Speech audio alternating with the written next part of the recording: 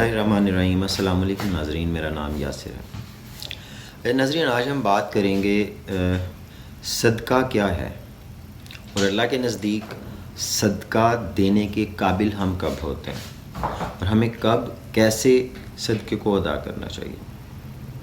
मैंने बहुत से लोगों को सुना है, बड़े पीरों को सुना है, बड़े बाबों को सुना है, बड़े हमारे जो मौलवी हैं वो सुनते हैं उनको भी कि भाई जनाब सदका दें, बलाएँ टल जाएंगी, सदका दें आपको मुसीबतें टल जाएंगी, ये हो जाएगा वो हो जाएगा।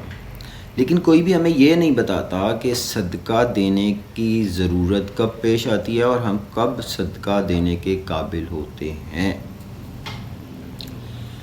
फ़र्स्ट ऑफ़ ऑल तो सदक़े के हैं 5 मुकाम हैं, 5 मुकाम है और 5वें मुकाम पे सदका है। पहले 4 क्या हैं हम ये डिस्कस करेंगे, जो कि मुझे तो आज तक नहीं किसी ने बताया। अगर आपको किसी ने बताया कि ये 4 मुकाम पूरे करने के बाद आपको सदक़े की तरफ आना चाहिए तो वो सदका ना सिर्फ कबूल होगा बल्कि अल्लाह के करीब वो बहुत बड़ा एक आपका बहुत मानी रखेगा आपका वो अमल। और फ़र्स्ट ऑफ़ ऑल नंबर 1 पे सदका क्या, अल्लाह पाक क्या फरमाते हैं कि नंबर 1 सदका देने से पहले जो सबसे पहली चीज़ आपको पूरी करनी है, जिसके लिए आपको एक कह लें कि एग्ज़ाम है जो क्लियर करना है, वो है आपके वालिदैन के हकूक़। अगर आपने अपने वालिदैन के हकूक़ तमाम तर अदा किए हैं then you are able to go for सदका। नंबर 2 आ जाता है बीवी बच्चे और आपकी अहलिया, आपकी ज़ात, बीवी बच्चे और अहलिया। अगर अब आपने इनको पूरा किया है, इनके तमाम फ़राइज़ अदा किए हैं, इनके हर हकूक़ को आप खुश असलूबी से पूरा कर रहे हैं, then you are able to go for सदका। नंबर 3 पे आते हैं आपके बहन भाई, अजीज़ व कारब। अगर आपने इनके तमाम हकूक़ अदा किए हैं, इनकी खैर ख्वाही रखी है, इनके हकूक़ पूरे किए हैं, then you are able to go for सदका। नंबर 4, चौथे नंबर पे आपके आगे हमसाए, दोस्त, अहबाब। आपके हमसाए और दोस्त अहबाब, आपने अगर उनके हकूक़ अदा किए हैं, उनके फ़राइज़ अदा किए हैं। अब उनके हकूक़ और फ़राइज़ क्या हैं भाई, मतलब एक सवाल उठता है कि दोस्त रिश्तेदारों के हकूक़ और फ़राइज़ क्या हैं, हम सदका कैसे देते हैं, क्या करते हैं हम। सदका हम करने की कोशिश करते हैं कि किसी कमज़ोर की मदद कर दें। किसी कमज़ोर की मदद करने को सदका कहा जाता है ना। हम अगर गोश्त भी लाकर देते हैं तो हम परिंदों को डाल देते हैं या हम किसी खुली जगह पे डाल देते हैं, कोई जानवर खा ले। ये अमल है खल्क़े खुदा की, जो अल्लाह की मखलूक है, अल्लाह ताला के पैदा करदा मखलूक है ना। ये भी जानवर भी, चरिंद परिंद, ये सब इनकी खिदमत कर दें तो अल्लाह ताला शायद खुश हो जाएगा। बिल्कुल अल्लाह ताला खुश होगा, बहुत ज़्यादा खुश होगा। लेकिन इन सब से पहले आपके पास जो हक़ रखने वाले हैं वो आपके जानने वाले हैं, आपके दोस्त हैं, आपके अज़ीज़ व कारब हैं, आपके बहन भाई हैं, आपके बीवी बच्चे हैं, आपके माँ बाप हैं। अब अल्लाह ताला तो कहता है कि पहले 4 फ़राइज़ अदा करो, उसके बाद मेरी राह पर आके खड़े हो जाओ। हाँ, अब ये तुमने अदा किए हैं तो इसके बाद तुम इस काबिल हो कि तुम मेरी रास्ते में कुछ दे सको। अब एक इसमें बहुत बड़ी बात है कि हमने अल्लाह ताला की खुशी के लिए सदका करना है जो उसने हमें अता किया उस माल में से। अब पहली बात तो सोचने की आ गई कि जिसने आपको दिया क्या उसको ज़रूरत है आपकी।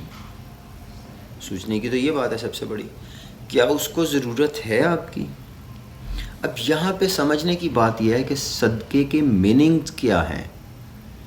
मीनिंग्स ये बनते हैं कि मैं तो ख़ुद तुम्हें देने वाला हूँ, मुझे तो ज़रूरत है ही नहीं। तुम अगर नहीं भी दोगे तो मेरी मखलूक तो इसके बिना भी मैं उसको पाल रहा हूँ ना, उसको सब कुछ दे रहा हूँ।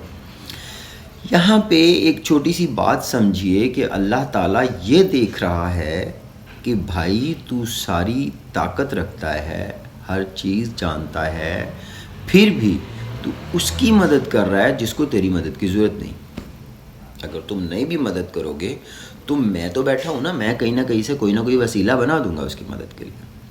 اب نارملی ہمارے معاشرے میں ہو کیا رہا ہے, ہمارے معاشرے میں کیا ہو رہا ہے کہ بھائی دوسرا دو بھائی اگر ساتھ میں رہ رہے ہیں تو پہلا بھائی اس قابل ہے کہ اس کی مدد کر سکے, اور دوسرا اگر کمزور ہے تو وہ اس کی مدد کرنے کی بجائے جا کر یہ کوشش کرے کہ میں مسجد کھڑی کر دوں, میں مسجد میں 100 بوریاں دے دوں, میں فلاں گھر میں جو ہے وہ اتنا راشن بھجوا دوں.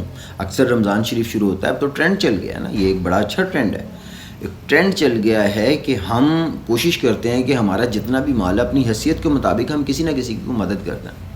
لیکن ہم اس میں یہ قطعی طور پہ نہیں سوچتے کہ ہم جو باہر دیکھ رہے ہیں کیوں نہ ہم سب سے پہلے اپنے ہی گرد و نواح میں دیکھیں, اپنے رشتوں میں دیکھیں, اپنے بھائیوں میں دیکھیں. پھر یہاں پہ ایک اور چیز کا امتحان آتا ہے کہ باہر تو ہم یہ کہہ دیتے ہیں نا کہ بھائی یہ صدقہ ہے, کہہ کر صدقہ ادا کرنا ضروری نہیں ہے کہ آپ بولیں یہ صدقہ ہے.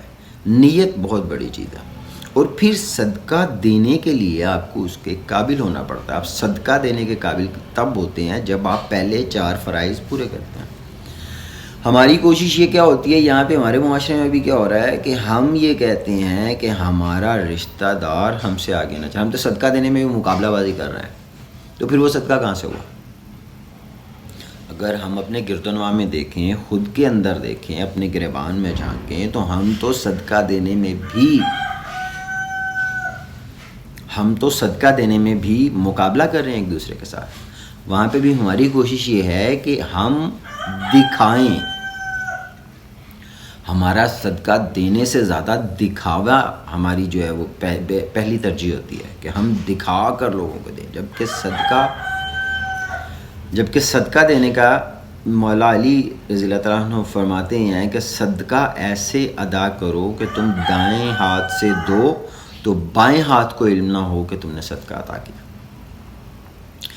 یہ ہے بیسک طریقہ صدقہ دینے کا. اس میں بہت ساری چیزیں آ جاتی ہیں, اس میں بہت ساری ایسی چیزیں ہیں جو ہمیں دیکھنی ہیں, ہمیں سوچنی ہیں. اس کے بعد اچھا ایک چیز اور بڑی مزیدار ہے اس ساری میں,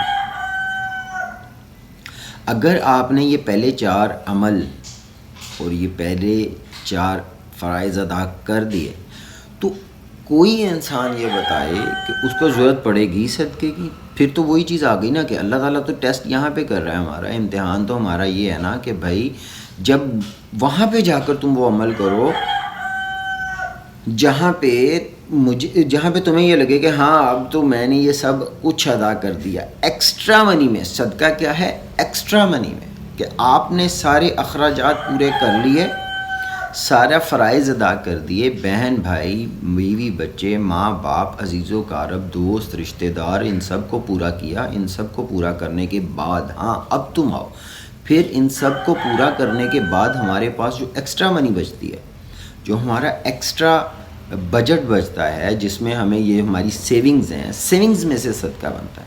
لیکن ابھی ہمارے معاشرے میں کیا کہا جاتا ہے کہ بھائی تم تو پہلے ہی پریشان ہو تو جاؤ جا کر یہ صدقہ دے دو. جس کے پاس پہلے ہی اپنے اخراجات پورے کرنے کے لیے نہیں ہیں وہ صدقہ دینے کے لیے کیا کرے گا؟ بورو کرے گا کسی سے نا, ادھار اٹھائے گا پھر ہی صدقہ دے گا. تو وہ کہاں پہ صدقہ ہو گیا؟ مجھے یہ بتائیں, ذرا سوچیں اور سمجھیں کہ کیا وہ صدقہ مانا جاتا ہے, کیا وہ صدقہ ہوگا, کیا اس کو صدقہ کہا جائے گا؟ اب تک کے لیے بس اتنا ہی. مجھے اجازت دیجیے, اپنا بہت سارا خیال رکھیے گا. السلام علیکم.